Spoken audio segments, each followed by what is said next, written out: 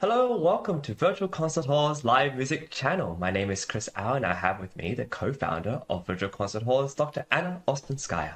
Chris, thank you, and thank you everyone who is joining us today again for next part of the Beethoven project, Symphony No. 7. We are on part 5, and I'm absolutely delighted to co-host this program with you, Chris. Yes, me too. I am so excited. This is part 5 of the documentary of Beethoven's Symphony No. 7, written and narrated by Lawrence Rapchak, created by New Media Productions Worldwide and Virtual Concert Halls, and produced by the architects of music.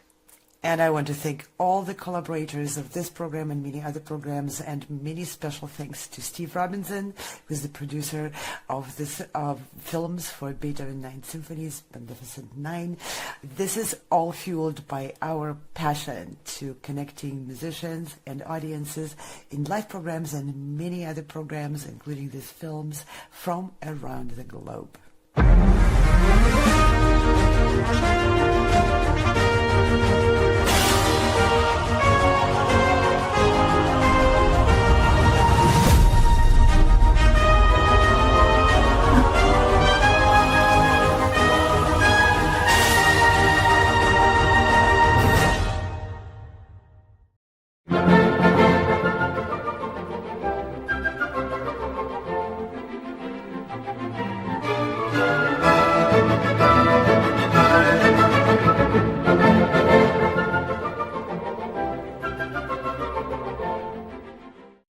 So, if you can believe it, what Beethoven achieved in the first movement, in its musical and extra-musical dimensions, was entirely contained and controlled within the traditional sonata allegro form, which he knew was essential to organize and to clarify this revolutionary music, which continues to flow in the second movement.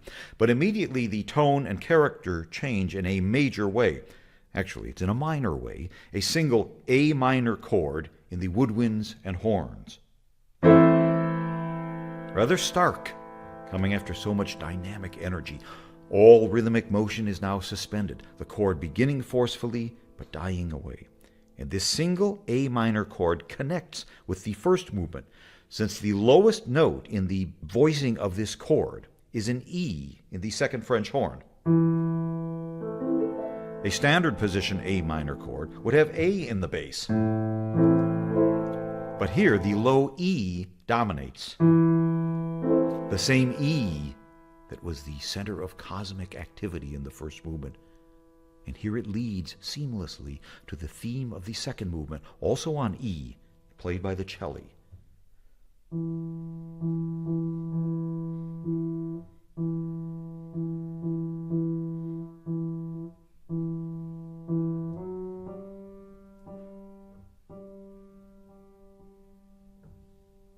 A fascinating melody in that it barely contains any.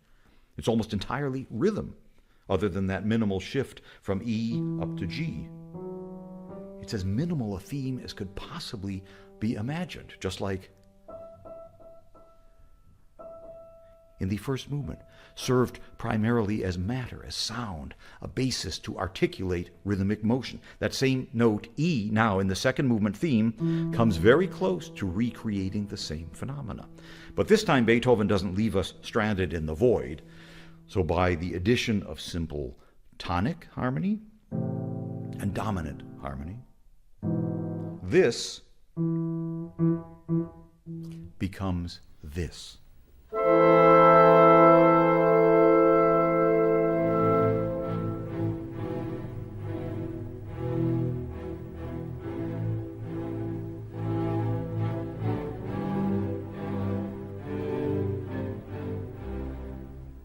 And the warmth and darkness of the sound itself is an integral part of Beethoven's concept. The eternal flow, murmuring, chanting. As he wrote in his Tagebuch, for God, time absolutely does not exist.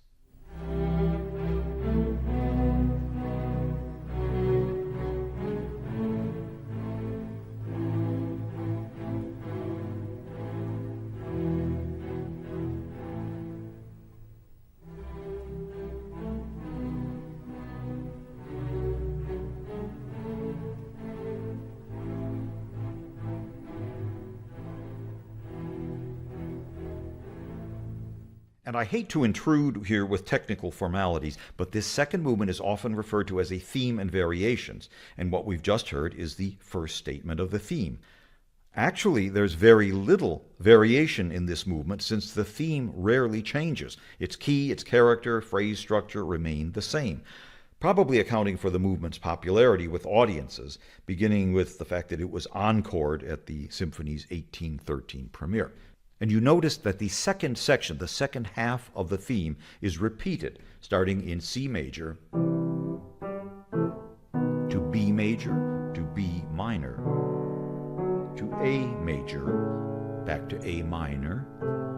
It seems continually to sink back into this state of repose. Beethoven now begins his variations with the second statement of the theme, which is now in the second violins. And the double basses provide a procession-like tread, while the violas and celli combine in a lyrical and vocal counter melody, beginning like so.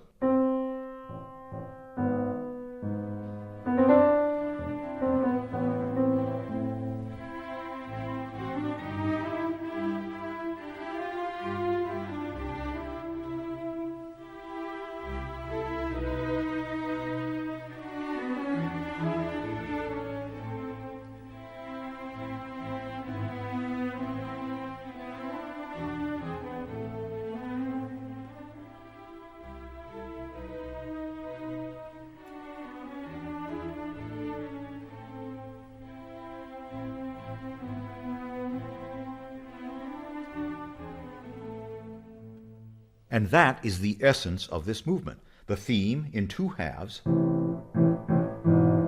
and which is always repeated, now with the soulful counter melody.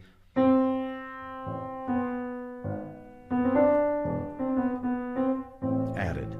And the sense of momentum gradually builds as we hear the theme's third statement. The theme is now played an octave higher by the first violins, and the counter melody also an octave higher in the second violins. And a new accompaniment figure now, which outlines the harmonies. It's played by the violas and the celli. And this stately intensity continues to build with a crescendo leading to the fourth statement of the theme, now in the full orchestra, with a new arpeggiated triplet figure in the violas and celli, which provides more motion. And the counter melody soaring in the first violins.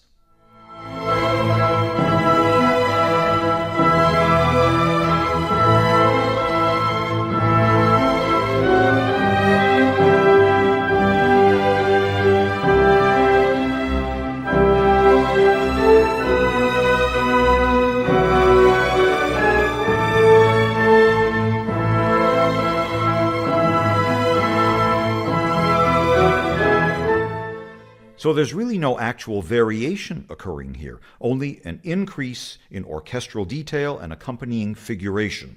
So structurally, we have a single panel or span of stately music, a single chord, an A minor chord in the winds as an introduction, and four statements of the theme, with its second half always repeated. And now the alternate material appears in A major, one of Beethoven's loveliest inspirations in any of his music.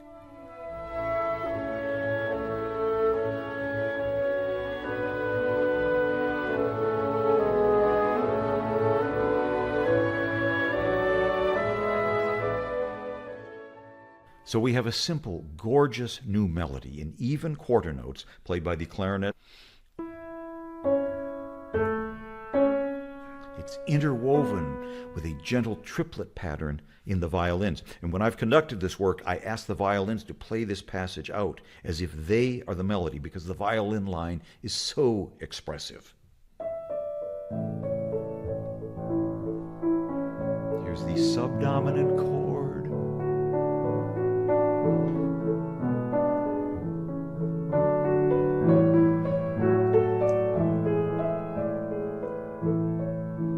The dominant seventh chord on A, the flutes and oboes enter.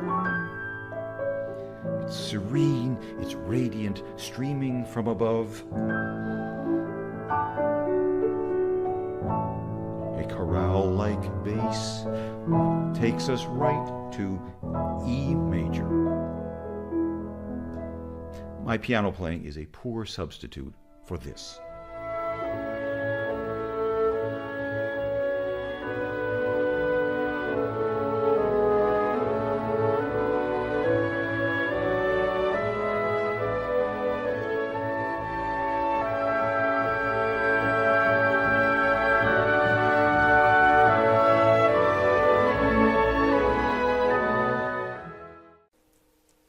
That movement always leaves me speechless and wanting for more. Something remarkable about this movement. Even after such an incredible first movement, you have this second movement, which probably is more famous than the first movement. And yet, again, it's this reiteration that Beethoven is a stickler for some rhythmic ostinato, rhythmic cell that then drives everything forward. It's really, truly something incredible that he has written here. That movement really transports into the deepest depth of everyone's heart. What is it? Like Chopin's funeral march procession? Yeah. Or is it theme and variations, or is it polyphonic prelude, like organ prelude by Bach? It has everything of all of those. And Beethoven's at his absolute highest peak of his mastery of rhythm and harmony, and being able to deliver the most profound emotional communication through the minimalist means. The harmonies are simple, as simple goes, almost archaic, sounding like Gregorian chant at some moments in there. If you just forget for a moment that it's a symphony, which everybody knows, just try to hear it as pure music. And then also the rhythmical content and the melodies moving barely from note to note is, what are we, in the 20th century minimalist compositional technique? It's like everything all at once, but again, like we talked in the previous segment of these programs, it's driven by purpose, and the purpose is to communicate that profound sadness and contemplating the most fundamental and sad and tragic aspects of life, frankly, in this movement. Because I think the thing that's really special about classical music is how it deals with various emotions, and how it handles tragedy and sadness and melancholy is something I think almost irreplaceable. There's a sense of a tragedy here. And you can see how also, I mean, it's really interesting if you compare, Schubert's, there's a second movement, or the slow movement of Schubert's E-flat trio, and it's similar, there's a club procession. There's also, as you said, Chopin's funeral march. There's also a funeral march that Beethoven wrote as part of his Opus 26 piano sonata. And you can see that there's a sort of there's an obsession with a procession, something that's moving forward, yet slowly. And what Beethoven does here, what I think is really genius, is that he combines this procession with something that, as he says, for God, time absolutely does not exist. So there's a timelessness within the procession. And I think it expresses the sorrows of mankind.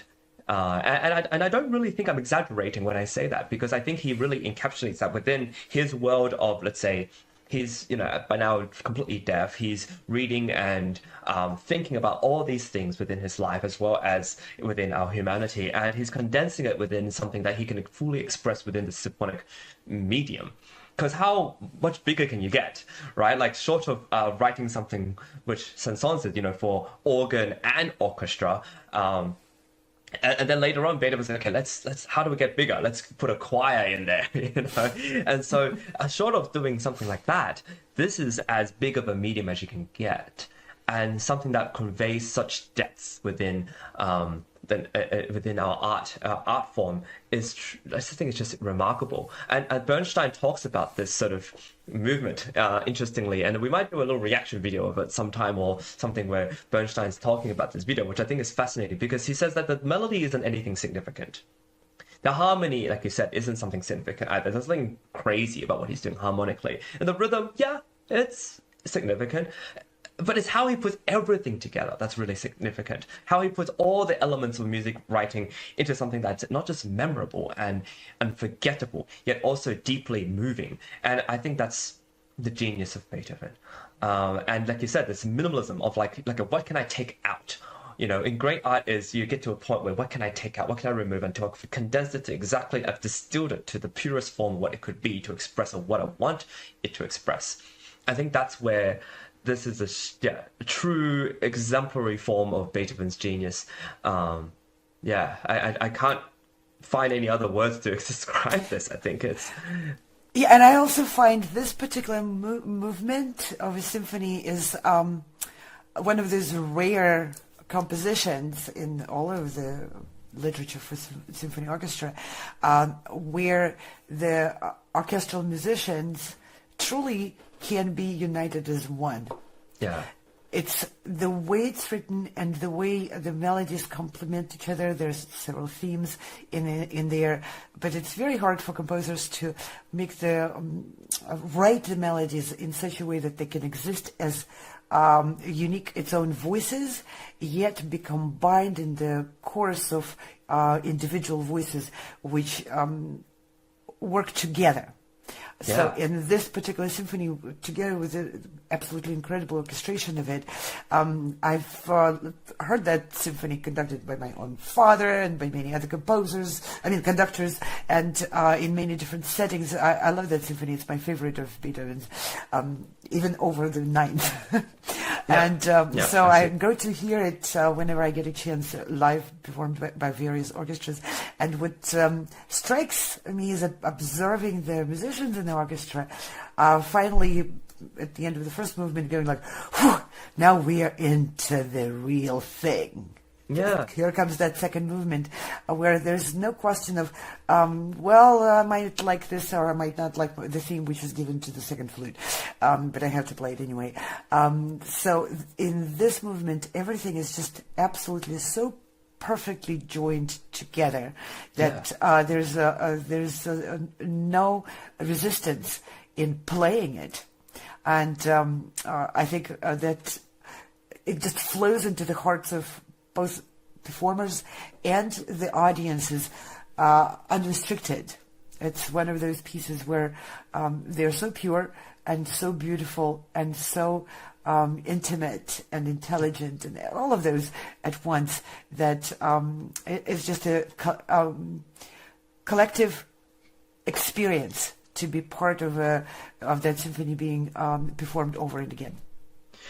Yeah, I think we talk so much about his genius in this show, and every part we have, we discuss this, and it's part of what we just talk about. But I think this piece in particular, if you had to narrow down what would be the kind of an encapsulation of his genius, I think this is definitely one of those pieces. And what's really fascinating also is that I think as a performer and as a listener, you're really enjoying it. I don't think he's writing anything terribly difficult in this second movement either. You know, it's not technically that difficult, and so everybody gets to really enjoy it. And it's not that difficulty means that you enjoy it more or whatever it is, but it's just that there's something special about it. And I would challenge, I would like to ask the listeners, what do you feel when you listen to this music? Because I think it's very interesting to see how people would have felt when they first heard it versus maybe when they hear it later. And I wonder if he wanted to write it for anybody. Was it meant to be dedicated? And we don't know. And it goes back to this thing where pieces like this with just like second movement and then the dynamic writing, or it distills it to what the music truly is about, and you listen to it and you don't think about who's it dedicated to or what the tragedy is about, but it's just pure music. I think that's so incredible. Yeah, I would like to hear from the audience members. Please feel free to write your own comments. What do you think this music means to you, and what you think it might have meant to Beethoven himself. And you can find us and communicate with us on every major platform. We're on YouTube, on Twitch, on Vimeo, on Instagram, whatever you like best. Get in touch with us. We are always about communicating. Yeah, I want to give a big thank to our sponsors and supporters for making this show really possible. Thank you for joining us. Thank you for being a part of this. What's special about virtual concert halls is that we try so hard in our everyday shows, whether it's the music and musicians' daily live shows, to really offer value and impact within the lives of our audience. And it's thanks to these supporters and organizers you see on the screen now that this is possible. We offer incredible opportunity to perform with orchestra, to be a part of an orchestral experience, but also to perform on big stages all around the world. And on the music and musicians' daily live show that we have, if you'd like to join us, if you'd like to be a part of it, please write to us, because it's really something we're passionate about doing, sharing the value, the impact that music and classical music in particular, but also all forms of music have in our world today. I think with this movement in particular, this symphony shows us just the impact and the importance that classical music has in our society and our world. Yes, absolutely. We welcome you to join our community of artists from all over the world, joining our forces and our talents in this mission. Propose your own projects. We'll consider. We're very curious and very interested in you, the members of our audience, and we would like to work with you together on bringing more great art to everyone. Yes, so please check out our websites that we just saw on the screen. And with that, we'll see you for our next part. This will be part 6 of our Beethoven 7 documentary series. And until then, happy music making. See you next time. See you. Bye.